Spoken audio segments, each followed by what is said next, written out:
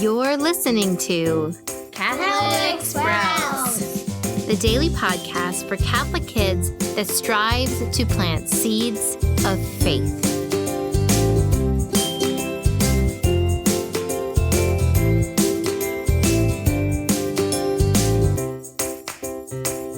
Hey there, Sprouts. Today is Friday, December 20th, 2019.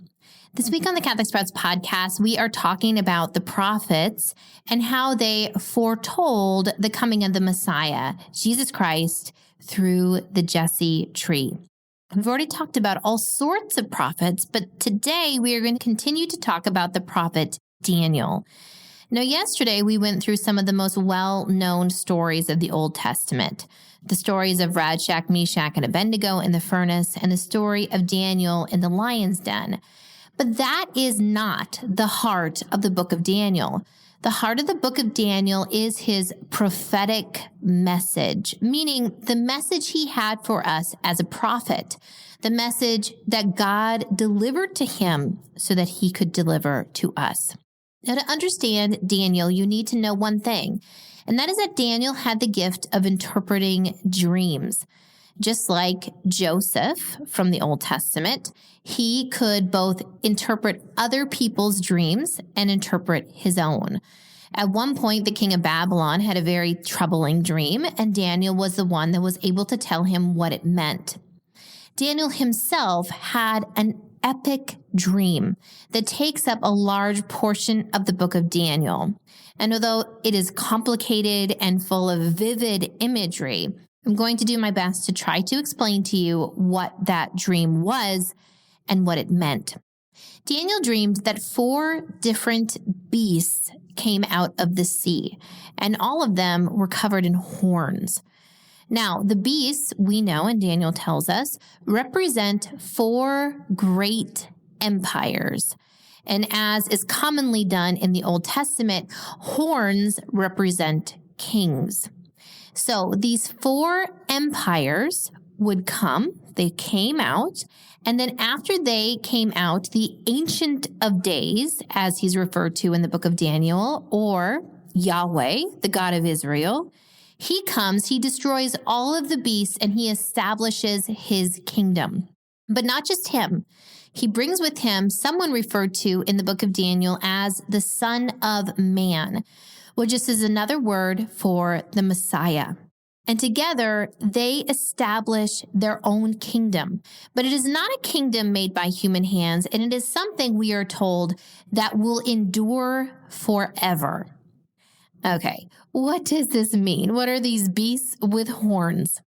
Well, Daniel tells us that these 4 beasts represent 4 empires, and that this, in a way, is a prediction or a sign to the Jewish people who are waiting for the Messiah. They keep asking, God, when will the Messiah come? Especially at this time when they are in exile in Babylon. And through this dream, God gives the Jewish people a timeline. He says there will be 4 great empires that come. And when the 4th great empire is falling, at that point, the Messiah will come. Now, the Jews read this, and they were very watchful. And guess what? The empire of Babylon, that fell. Then the empire of Persia, that fell. And then the empire of Greece, that fell. And finally, there was the Roman Empire. And right around the time that Jesus was born, the Jews were starting to see that that empire would soon fall. So the Jews all over Israel were getting very anxious. This is why when we hear about Jesus' birth, there were kings, the 3 kings that came to visit Jesus, they were waiting for the Messiah. They were watching the sky. They said, Daniel told us that this would happen after the 4th empire fell, and it's about to fall. So they were waiting and watching. This is why Herod took what the king saw in the sky so literally. He didn't say, you guys are crazy. You think there's a star and then the Messiah is born underneath it? No, he knew that everyone was waiting and watching for the Messiah because Daniel had said he'd be coming at this time.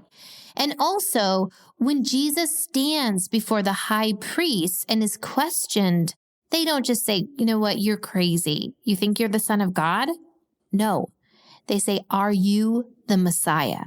Because they're waiting for the Messiah. They think they know that he will come at this time. And how does Jesus respond? He responds, I am, and you will see me ascending on the clouds as the Son of Man. Those are words taken directly from the book of Daniel, proving that Daniel's message was prophetic. It was spoken by God to him, and he wrote it down and delivered it to us. So what is this new kingdom that Jesus established? Because we know that he didn't make himself king or ruler. What is the kingdom of God that was established at this time that will endure and outlast other empires?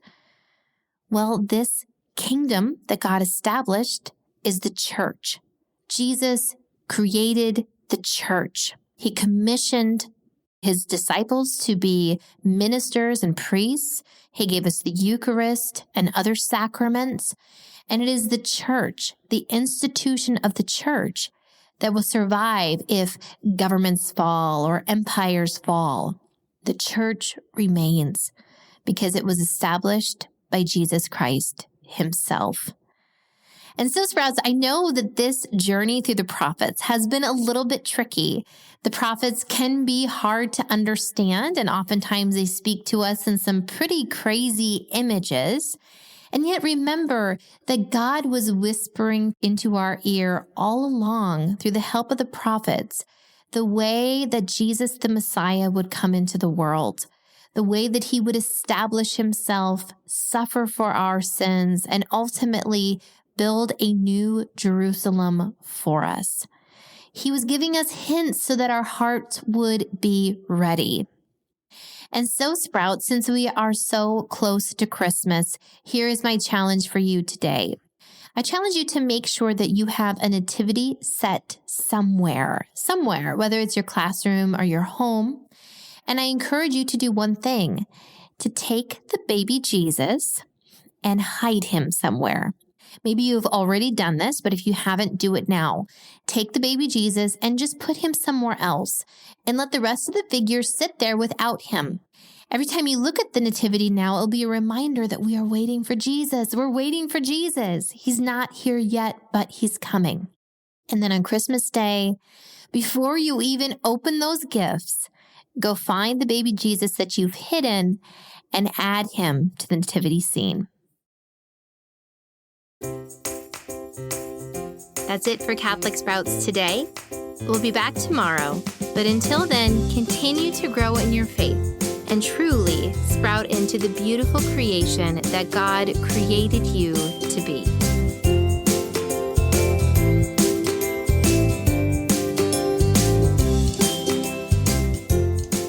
Once again, I'd like to invite you to join us in the private Facebook group for the adults that listen to the Catholic Sprouts podcast. It is a thriving group where we share all sorts of ideas about how best to educate our children, how to celebrate feast days, and how simply to survive as Catholic parents. I invite you to join us, and you can find the direct link in the show notes for this episode.